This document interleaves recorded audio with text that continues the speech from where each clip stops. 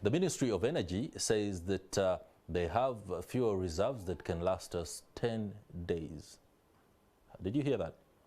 10 days. Now, this is the issue. According to Solomon Muita, the spokesperson, some transporters and dealers in fuel have assured the ministry that some fuel is on its way. And in case there is anything that comes out of the Kenya election that leads to delays or disruptions, then we can last for 10 days. Interesting there. But let's go and discuss the lessons drawn from Kenya's election. Of course, voting ended and the vote counting is on. What we know right now is that at least 4,000 of the 46,000 polling station results are in, and right now it's neck and neck between William Ruto and Raila Odinga. Mr. Wajakoya is also somewhere 0.42%, as well as David Wahiga, but they were never the front runners in this particular race. Whoever scores 50+1 wins the election.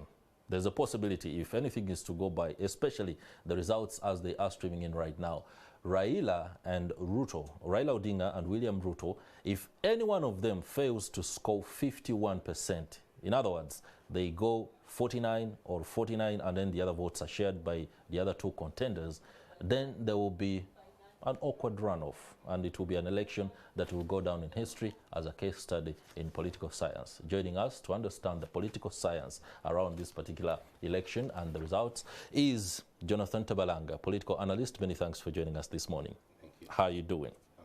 First and foremost, we've seen logistical delays, a failure of the identification, the KIMS identification kit to perform in some parts of the country as the voting was going on.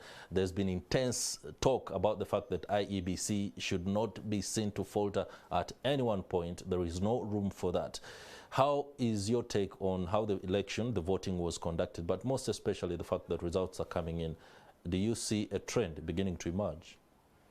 Yes, I think, first of all, we should not forget that this is happening in Africa. Yeah. And logistics always been a problem for most African countries. Sometimes deliberate yes, sometimes deliberate for those in power, because they want people not to have enough information to digest or to even accuse those who are stealing. But also, if you look at the trend in Kenya, Kenya is quite an African wonder. Elections have been conducted. For me, in my opinion, I think they are free and fair for now. For now. Because you could see that the way that the process is being conducted is elections are being the telecenter only receives those certified elections from the polling station, and it's not that the head of the Electoral Commission is the one supposed, the IBC, is the one supposed to announce the ones from the local polling station. Those ones are certified, brought in, and just added. Okay. This is different from what I've been seeing in Africa. The one who determines who wins is always the head of the Electoral Commission. The electoral body. But this time around, is the power has been given to those local polling officers to determine who has won at a particular polling station. And I think for me that is very, very important because that now eliminates that narrative of someone has rigged. Yes. Okay, it's very interesting when powers are given to the local centers to be able to announce the winners, but then the apparent official announcement left to the Independent Electoral and Boundaries Commission. It doesn't make perfect sense. And for me, what are you trying to avoid? If, for example, all the 46,000 polling stations have been announced at the various positions across the country, we can quickly put that together and find the exit poll and know Raila Odinga or William Ruto has won. And an official announcement, not that it will be different, or even if it is, it will just simply cause we should be able to see an African country, for example, a president announce, a winner announce that, well, I've taken it, and the loser also concede by simply taking the exit polls. Conceding in Africa is quite difficult. But also, what I was trying to say is, if you look at the way elections, the results are coming in, it means that anyone can contest the election fairly. without accusing the other of stealing, because the elections, everybody is having to see the results from these other constituencies. So it is not that some constituencies are hiding their results, but now you could see that what came in from Bungoma is 1,000 votes for Raila, and from Nyanza it is 10,000 votes. And you cannot dispute that. It has been certified by your agency, I mean your agent on the ground. So for me, here, if you come down to other places, agents will be arrested and forms will be submitted without signatures. So for me, this is because they're saying you cannot actually submit a result without the agent of the other three. Okay, all 4 agents must be there, certified rather, and then you can, because if you do not have the signature, then that means that particular result is invalid. Yes. Okay. Well, that turns out to be a lesson in electoral democracy for the rest of Africa. And the fact that Kenya is the one that has the opportunity to actually conduct this particular masterclass is also one that strengthens its position within the region, but most importantly as one that can be looked at by the international community as a center of convergency for politics, economics, and anything else that comes with it. But the low voter turnout has also spoken of something different. The campaigns have been, well, very heated and intense. And you thought that Kenyans this time around were ready to come out in full force. What could explain the fact that despite the multitudes of supporters that we saw on many of the campaign trails and the rallies, it has not been replicated in the voting? What I want to tell you is what you see in these crowds, campaign rallies, is not a reflection of the actual population. There are people who do not go to these places because Kenya is a country of over 50 million people, or 60. So for me, I think, yes, people would drum up support, people would go to stadiums and they will fill up. But for me, Kenya as a country and the people of Africa are facing a lot of problems. Food is a problem in Kenya. Fuel prices is another issue, and people are hungry. People don't have food. So for me, there are people who look at elections as just another thing, and they are not very interested in politics. So they'll rather leave the youth, because if you see the people who are interested in elections in Kenya are the youth. Most people are not really interested. So for me, right now in the current situation, it is really a problem of survival. People are not interested in what Raila and Ruto are going to do for them because they want to survive. So you can't push them to the polling station to cast their vote. So these are problems actually present in our own country. Yes. Okay, that's pretty much interesting. I would have thought that given the momentum that was created, especially by the likes of William Ruto, who adopted what was more like a down, he looked at the hustlers, the people who are at the bottom of the pyramid, who are most affected by the problems you talk about. And I would expect that at that point, they would also feel the euphoria and say, here we have an opportunity as hustlers, as the people who are downtrodden, to be able to say and speak up and come up and direct the affairs of the nation.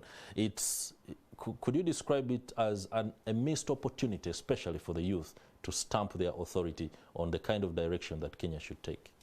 First of all, you should know that slogans are very common, but they do not really mean anything to the people.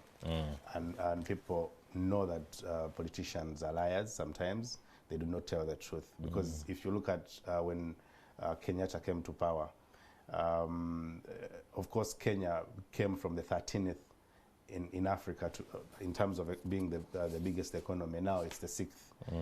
But if you look at the level of debt now, Kenya is indebted. They have real problems when it comes to borrowing, and so many countries demand lots of money from Kenya. So the youth are not interested in the slogans. The youth need jobs. The youth need to go to school. They need employment. For you to come out and say you've been part of the government. So you cannot really, if someone is sane enough, you can't convince them that you're going to be any different from your boss, because you've been implementing the same policies. So for me, Kenya as a country, their problems are not about the slogans that have been in this election, or even the economic but it's about who is going to fight corruption, because corruption is one of the endemic problems these guys have. So Kenya as a country is, for me, the winner is always determined by who supports who from the three regions. The Nyanza, where the Jaluos come from, the mountain Kenya, where the Chukuyus come from, and then the Rift Valley, where you have the Rutos. The Kalenjin. The Kalenjin. Yeah. I'll tell you, on Saturday, I attended a wedding. A Ugandan married a Kenyan, Kalenjin. Yeah. And the people who came from Kenya did not want to know anything about Odinga. They were only talking about Kenya Kwanza. So you would see that these tribal coalitions are real. Yeah, you would expect that. Yes. Kalenjins coming to a wedding of a Kalenjin speaking wrong or ill of Raila Odinga means they support William Ruto, who is Kalenjin. Yes, but also the question is what is going to come from the mountain Kenya area. There are people who come from mountain Kenya but who do not believe in what Kenyatta did. But I do not know whether Raila Odinga was able to galvanize the people of mountain Kenya. Remember, they've been conflicting for a long time. That's right. So I don't know whether he has been able to appease them, because for me, the winner has to take the biggest chunk from that region. We know that Nyanza will vote for Odinga. Allow me to take you into what would appear or be a rather complex scenario for Raila Odinga. He has often, in the other 4 times that he has sought to be president of the country, he has come off as the anti-establishment candidate, the one fighting to ensure that he changes the system. Now here it is flipped on him because of the handshake and the dynamics that came forth, that he is the establishment. You know, he's speaking, and Uhuru Kenyatta, who is the president, is in a full support. And then Ruto, who would ideally be expected to be the picture of the establishment, also flips it on others by being the guy who is fighting from the outside, yet he is well within as deputy president. Could this play out in such a way that Raila Odinga finds himself a 5th time unlucky because of that simple confusion? No, I think it's not really about the handshake and the other things, but also we can talk about the handshake itself. Odinga, in the circles of Kenyan politics, he was known as the guy who was hostile to everybody who supported the establishment. But he wanted to change the narrative. Yeah. And the narrative... Has he succeeded? Yeah, 2018. I think 2018, when they had the handshake in March, people thought this would not last, that this was not going to last, and Odinga, as we know him, is going to change again. But he has been there with Kenyatta. Yeah. And of course, the statements from Kenyatta himself saying that from independence, it's been 2 tribes, the Kalenjin and the Chukuyu. It is about time. It's about time that we got someone from another tribe to lead us.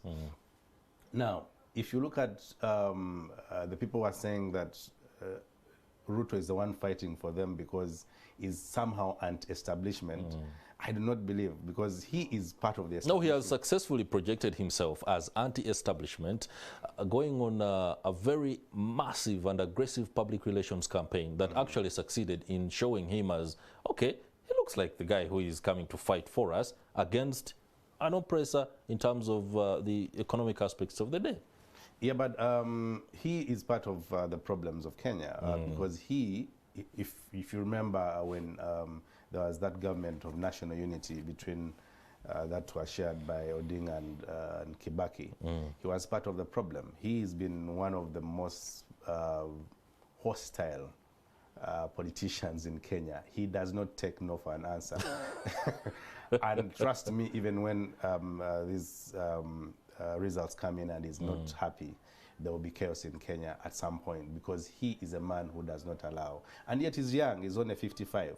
Now, for me, I think he has a lot of money as well, because money works in politics. Yeah, sure. And he knows how to spin everything in his direction. Now, the other old guy, he wants to stick to the book. Sometimes in politics you can't stick to the book. Yeah, but of course people have accused him of, they've actually accused Kenyatta of betraying the agreement they had before in 2013 when during the Jubilee coalition, that they will, after 10 years, the 2 terms, then it will be Ruto.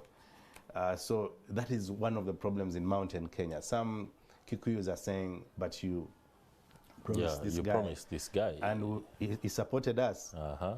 That is the biggest issue. Okay. So for me, I think you can talk about the other politics, but if Ruto can manage to get only 49% from mountain Kenya, he will be president. He'll be president. Interesting there, of course, we shall be looking. Just an update on the vote counting that is currently going on. We came on air. We knew 4,000, at least just slightly above 4,000 of the 46,000 polling station results were in. And at that point, it indicates William Ruto and Raila Odinga are neck to neck. That means 49.35, 49.48 thereabouts. And it says there's a lot that we need to look out for and, of course, anticipate.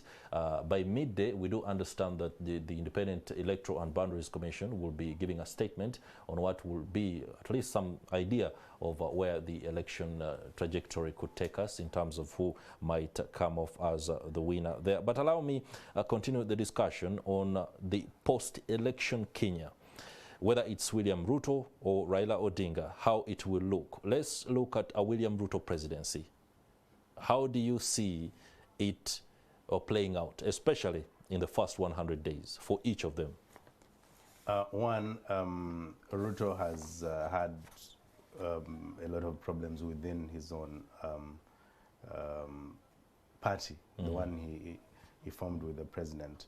Now, the problem for Ruto would be, how do you reconcile the differences? Because you have people who you've been working with, but then you disagree with. That's right. And how do you reconcile the differences, and how do you move forward? Who are you going to work with? Who, what will be the composition of your cabinet? And who is going to be trusted in this cabinet? And who is going to take which critical cabinet position, like the one of treasury, the one of education, security, because as president, you need these critical, very strong people, so, strong allies in fact. Yes, so for me, I think the reconciliation, politics really can cause a lot of breakage in terms of our relations. So you'll find that so many Kenyans would not be happy with the result, either way, either for the Odinga or for the Ruto. So just like in this country, so you cannot really say that people will be happy with the results. You've seen that... what you mean is that Kenyans will be okay with the lesser evil? I do not think... You know, Kenya is... I have never seen Kenya after an election and there is no chaos. There's always some mild chaos. You leave alone the other one that was the intense one, ethnic cleansing. Yeah, that led to the death of so many people. The indictment of Kenyatta and Ruto. But most definitely, the president who will be elected will have a lot of challenges, because first of all, you reach out to the people of Nyanza. Do you reach out to the people of Mountain Kenya who have not voted for you? Do you only stick to the Rift Valley region because you're the president of, you're coming from the Rift Valley? So for me, those are the questions Ruto should be asking himself. And by now, he should know who should be part of his cabinet. Of course, I'm sure he does. He's a very smart gentleman who has looked at all the angles and has a 360-degree view of his own political inner circle. For Raila Odinga, how do you see it playing out? He's in a position where he has to ensure that the interests of Uhuru Kenyatta and his inner circle are maintained. Of course, by Uhuru Kenyatta being the chairman of the Azimio la Umoja coalition, pretty much speaks of a man who is in charge, and they are moving pretty well and comfortably. However, the BBI initiative, as it came through and then suffered what will be no doubt a spectacular collapse, and one that didn't augur well for Uhuru Kenyatta and Raila Odinga. He's a man who could revive that initiative, despite the fact that it was rejected flatly by the High Court and the Supreme Court. And then there are reports, unconfirmed reports, that Uhuru Kenyatta could make a political cameo. Many have said he's retiring and the constitution tells him to go home and do some farming, but he could come or return as a prime minister as part of the handshake that was. How do you see that? Yeah, it's very possible because I want to tell you that in politics, I was very surprised by the handshake myself. And it shows that in politics, there are no permanent friends and permanent enemies. There are only permanent interests. Yes. So who is going to serve the interest of Kenyatta? It is Odinga. It's Odinga who has accepted that if you give me a chance to get support from Mountain Kenya, because Mountain Kenya is the key. Now, the signing of that relationship agreement, or the handshake as you call it, that culminated into the BBI initiative, is primarily meant to protect the interest of Ewan Kenyatta. Kenyatta is an extremely rich man with a lot of interest, business interest in the region.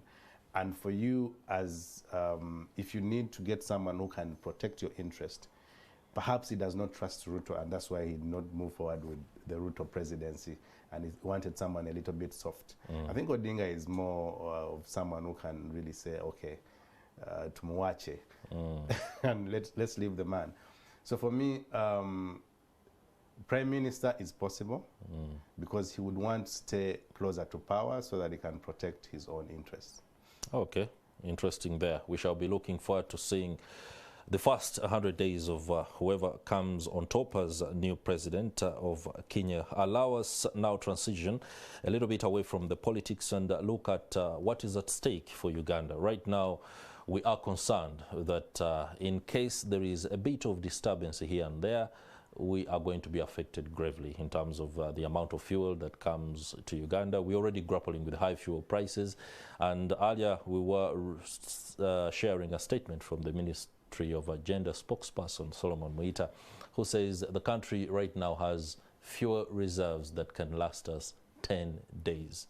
Now, I do not know whether that is good for public relations, but to tell the country in such a situation that the fuel reserves that we have can only last us for 10 days when an event is unfolding across the border that could arguably flip everything upside down, does it sound like a reassurance or a statement of a government that is out of touch? Wow. How do you talk about 10 days? First of all, what is it? Some of these guys to Saturday next. Some of these guys who spin for government must be sacked, because you see, for me. Oh, isn't that harsh on them? Yeah, because for me, the moment you say that we only are surviving for 10 days as a country, because you know that fuel makes us survive as a country. It means you're not prepared. But then we have other routes that can bring in fuel. We can use the Tanzanian route. What have you done to ensure that if Kenya is impassable, or if Kenya has problems, we can use the other route? I thought you would talk about the other routes where the others we can use to get the fuel in the country. So for me, one of the issues that government should be really addressing is to see that they do not have to wait for chaos to happen in Kenya. I think what they have to do is actually address this problem now and have stocks coming. They have to stock enough fuel, because what if chaos in Kenya takes for 20 or 30 days or even a month like the other time? So do you have to wait until it is over, then you can go back and get the fuel from Kenya? So for me, okay, just here to have Mr. Solomon Muita not completely perhaps be quoted out of context, you never know. The statement he gives here is that we've been testing the Tanzanian route for the last 1 month, and currently 20% of all petroleum products are transported through Tanzania, and in case of an emergency, we'll be able to increase the capacity of that Tanzanian route. Now, Uganda and Tanzanian governments agreed to road toll rates on trucks that are traveling to Uganda, and there was a reduction to $16. That's about 62,000 Uganda shillings, and then it was brought down to 10, which is 38, which is not bad. Of course, it helps in taking care of this particular situation. But by and large, traders, including Kasita, have already halted transportation of some goods. They are cautious and waiting, you know. And the Daily Monitor, of course, there does quote Thaddeus Nagenda Musoke, and of course that is the same article that you see on screen. If you buy the Daily Monitor, you'll be able to read and see exactly how we are grappling with this very nervous issue. He says they've halted by transportation of these goods. They want to see what happens after today. And like you said, you haven't seen a Kenya without chaos after elections. Where are we right now? Shouldn't the government be coming out in full force to make assurances and put in place outline measures that will help the traders and the average Ugandan be able to cope with any eventuality that comes out? That statement, I think it is refreshing that they are looking at the Tanzanian route. At least we have. Yeah, I saw you were harsh on him, so I had to bring that article up so that it is really the fairness comes through. That he has talked about the other measures they're trying to use to get the fuel in the country, especially the Tanzanian route. So for me, when it comes to the government planning for us, they've always lacked something, because we always wait for chaos, eventualities. We are reactionary. Yes, we react because there's something. Because for me, I think even now, without even the elections in Kenya, we should not be having fuel lasting us for 10 days. I think we should do better than that. I think we should perhaps be stocking at least for 2 months or 3 months. But even 10 days, I doubt whether we have enough for 10 days. It might be just a statement. So for me, I think we need to do more as a country. We need to also, we have our own oil. We need to speed up the refinery process in the Albertine region, so that we do not depend on the other people to supply us with this fuel. Okay, now the perspective, of course, and the stake for Ugandans as the elections in Kenya go into the final bend, which is the announcement of results that, by the way, according to Wafula Chebukati and his executives or officials, by Saturday we should be knowing exactly what. The law allows them 7 days. 7 days, yes. So should they use the 7 days because the law allows them? Can't they tell us later today that the election is done? They still have 7 days. They still have 6 days to go, I think, and they're within the law. So I think after 6, but I think it will take like 3 days, and then they'll make an announcement. But it's looking like a rerun is on the cards, because everybody is 49. I do not see someone going beyond 51%. Well, given the fact that the number of polling station results that are in is really still low. 5,000 out of 46,000 means we should be able to have an idea whether we are going into, no, when I say we, I'm speaking like a Kenyan, but of course, like the stake is really high. We are into it, that the country goes into a runoff, when actually there were 2 front runners from the go. Isn't that a bit of a misnomer? If you look at where the results are coming from, most of these results are coming from Nairobi and central Kenya. Urban areas. Yeah, urban areas. And we've not got results from the far-flung areas of Kenya. From Nakuru, from Nyanza, from, so we still have a lot of balancing to do. Okay. So for me, the contest should have been in the urban areas.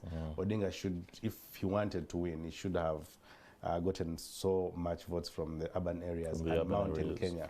But if you see that most of these results are coming in from mountain Kenya and the urban centers, and they're neck and neck.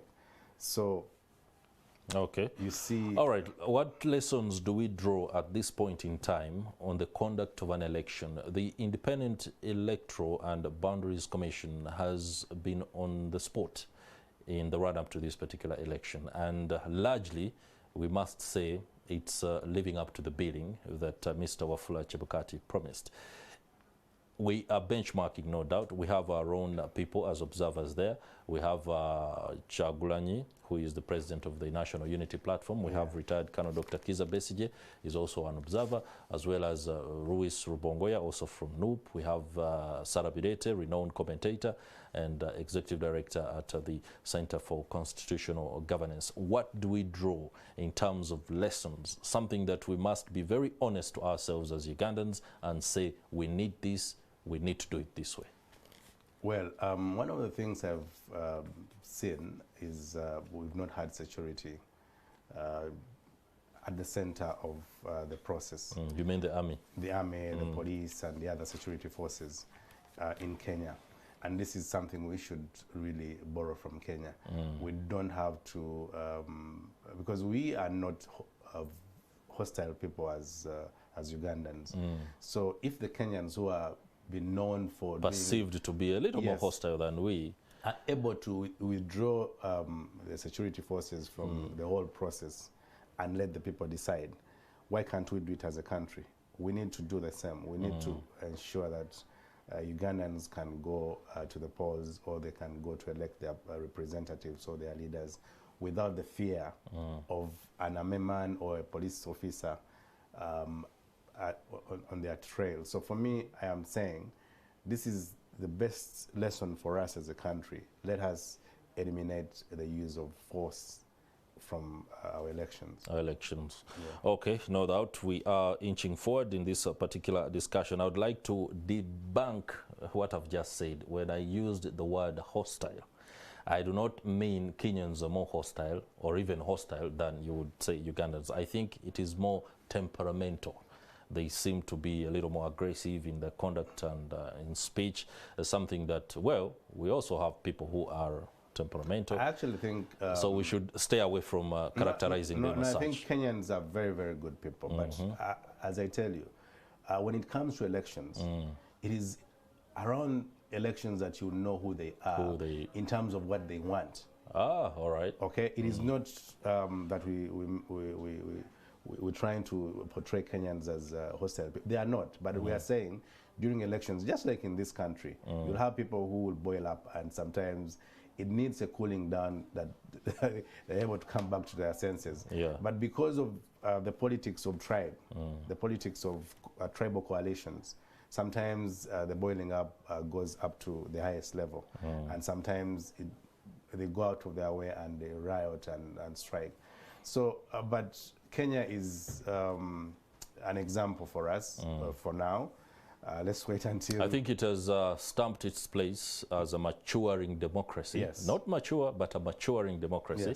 And of course, that's good public relations for Africa, no doubt. The fact that an election could come off without incident. And I hope that whoever loses agrees during the campaigns, and accepts defeat. During the campaigns, you would not see people being stopped from going to their rallies, their own rallies. You had the likes of Ruto, the likes of Odinga move wherever, even in the Rift Valley where he's not supported, he went there. And there was no chaos.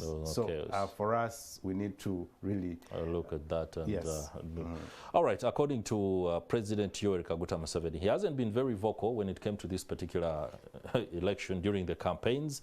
He didn't even, well, go to Kenya specifically for that, or to engage in any one of them, because in previous elections, we've seen him take advantage of that, just like the other candidates from Kenya took advantage and came and spoke on some of his rallies.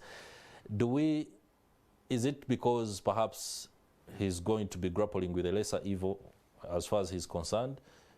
No, I think President Museveni is always very particular when it comes to affairs of other countries. You've seen him say, let countries decide who they want. That's right. And I think he's taking from the same book, or his own conviction that Kenyans have the right to decide who they want as president. And he has been very, very vocal on that. That's why he has not been engaging in the Russian issues, because he's saying Russia should do what they want. But also he says Kenyans have the right to decide who they want as leader. And therefore, he has not taken sides because he knows he will work with anybody who is president. He will work with Ruto, he will work with Odinga if any of them become president. So for me, I think it is a matter of understanding the dynamics and able to judge, not to go ahead of your way and make a decision and then you regret it later. Which partnership do you see working best? Raila Museveni, Ruto Museveni? But I've seen both of them speak to him. They've yeah, of course they do. No doubt about that. But who do you see working best with? I think because we are sovereign states and we take our own decisions, you can work with anybody. Yeah, yes, you can. Politics. But international relations sometimes dictates that there is a certain inclination to be able to do business better with one particular president who could have been a former ally or have some kind of camaraderie a little more than the other. But I've also told you that in politics there are no friends and enemies. And when it comes to leadership also, remember these guys when they meet, they don't meet as servants of each other, they meet as colleagues. As colleagues, So whether you like it or not, whoever becomes, even the guy of Roots, if he became president, Wajakoya, he will actually come to State House in Tebe and they'll have a discussion with the president. No whether doubt. you disagree with the man, but you need him. Okay, if Wajakoya takes it, we shall be looking forward to the kind of gifts that he brings President Yoweri Museveni.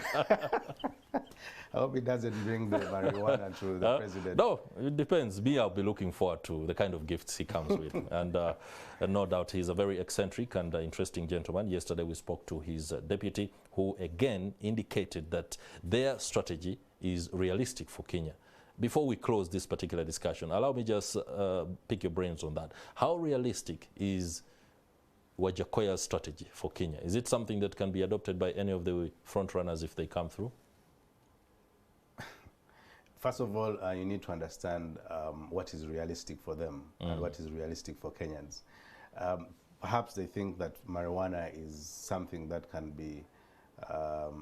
Let's call it industrial hemp, because it's big business in the United States. Yes, but Kenyans cannot only survive on marijuana. They survive on so many things. So we cannot reduce the entire Kenyan people to marijuana. Or even the sale of Haina privates. We cannot really come here and start reducing Kenyans to that. Okay. I think Kenyans are more than marijuana. Kenyans are innovative, they love their country. And also in terms of values and norms, we cannot be standing here and talk about marijuana when we have pressing issues. So I do not think... Interestingly, it's a perception, because when in the United States, the legal framework there has been able to co-opt legislation that allows industrial farming of this particular hemp to be sold for medicinal purposes, and those who have already taken advantage of that are making a lot of money, and it's something that can be given a little bit of thought, and perhaps the way it's done is what the issue should be. I think Americans have their own problems in their own country, and Kenyans could not... all right. Yeah, so my point is let us allow the Kenyans to do their thing. But marijuana can never be on the table of any politician. All right, there we have it. We have no doubt we can't make it an issue, but it is an issue because Wajakoya is a candidate in the election. I'm Chris Higenyi. Many thanks for joining us, Mr. Tabalanga, for those perspectives. The Morning at NTV show continues. We shall be talking tech note and social protection for Karamoja. Patrick Katabazi, the coordinator of the Parliamentary Forum on Social Protection, is here to help us understand what can be done.